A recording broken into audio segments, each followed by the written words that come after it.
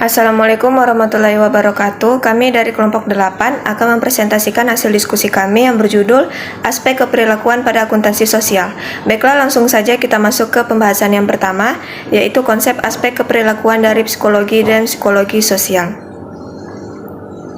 Yang pertama adalah sikap. Sikap adalah suatu hal yang mempelajari mengenai seluruh tendensi tindakan, baik yang menguntungkan maupun yang kurang menguntungkan, tujuan manusia, objek, gagasan, atau situasi. Sikap disusun oleh komponen teori, emosional, dan perilaku. Sikap juga memiliki beberapa teori. Yang pertama adalah teori perubahan sikap, yang merupakan teori perubahan sikap yang dapat membantu untuk memprediksikan pendekatan yang paling efektif. Yang kedua adalah teori pertimbangan sosial, yang merupakan suatu hasil perubahan mengenai bagaimana orang-orang merasa menjadi suatu objek dan bukannya hasil perubahan dalam mempercayai suatu objek. Yang ketiga, konsistensi dan teori perselisihan, yang merupakan teori konsistensi menjaga hubungan antara sikap dan perilaku dalam ketidakstabilan, walaupun tidak ada tekanan teori dalam sistem. Teori perselisihan adalah suatu variasi dari teori konsistensi. Keempat adalah teori disonansi kognitif. Teori ini menjelaskan hubungan antara sikap dan perilaku. Teori ini dapat membantu kecenderungan untuk mengambil bagian dalam perubahan sikap dan perilaku.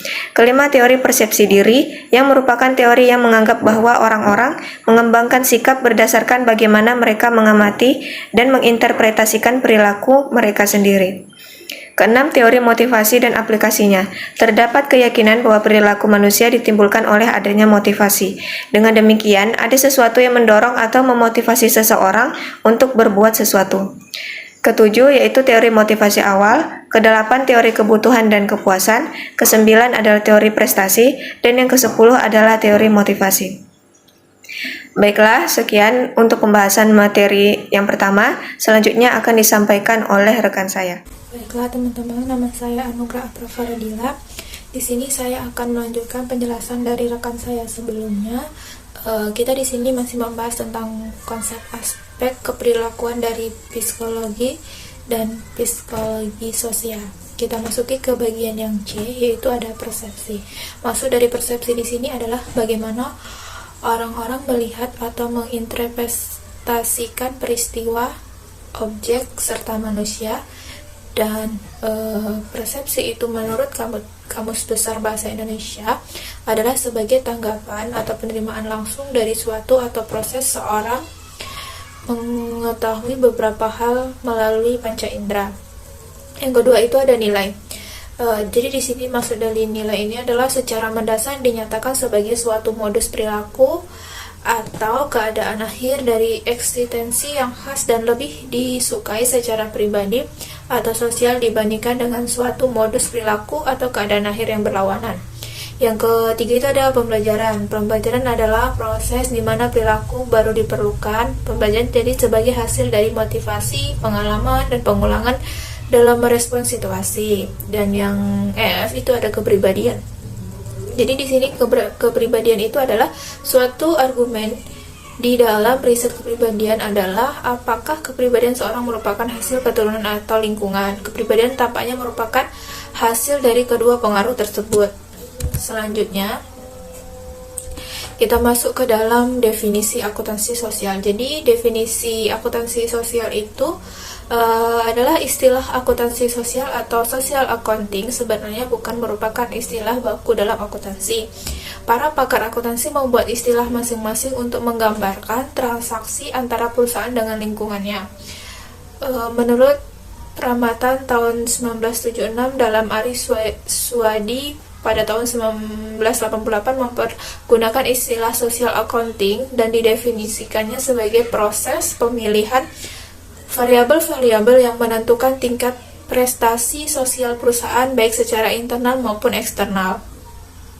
Dan menurut Hadi Broto tahun 1988, Bambang Sudibyo tahun 1988, dan para pakar akuntansi di Indonesia menggunakan istilah akuntansi pertanggungjawaban sosial atau. Selanjutnya, saya akan menjelaskan tentang fase-fase perkembangan akuntansi sosial dan lingkungan. Yang pertama ada fase Howard Bowen dari tahun 1908 sampai 1989. Adalah seorang historian ekonomi Amerika yang memberikan inspirasi kemunculan akuntansi sosial dan lingkungan.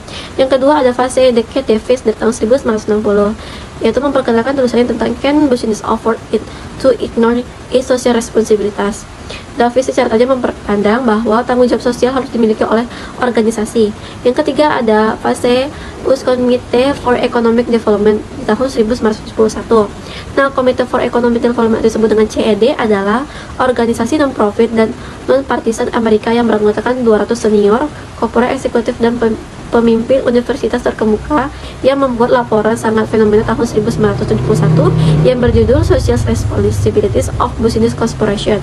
Yang keempat ada fase mandatory regulasi Perancis pertama di dunia. Fase ini membawa perubahan yang sangat besar tentang beberapa persyaratan detail tentang pelaporan akuntansi sosial dan lingkungan. Yang kelima ada runtuhnya ekonomi sosialis. Runtuhnya ekonomi sosialis yang disongsor dengan ekonomi neoliberalisme yang konservatif pada tahun 1980-an yang mengakibatkan stagnan perkembangan akuntansi sosial dan lingkungan. Yang keenam ada balance scorecard. Fase ini merupakan bentuk kombinasi finansial dan non-finansial dalam menilai kinerja organisasi. Yang ketujuh ada Robert Hooke Gray, yaitu kontribusi Gray 1992 yang perkembangan akuntansi sosial dan lingkungan tidak diragukan lagi. Publikasi telah mewarnai konsep akuntansi sosial dan lingkungan hingga gagasan accounting for sustainability.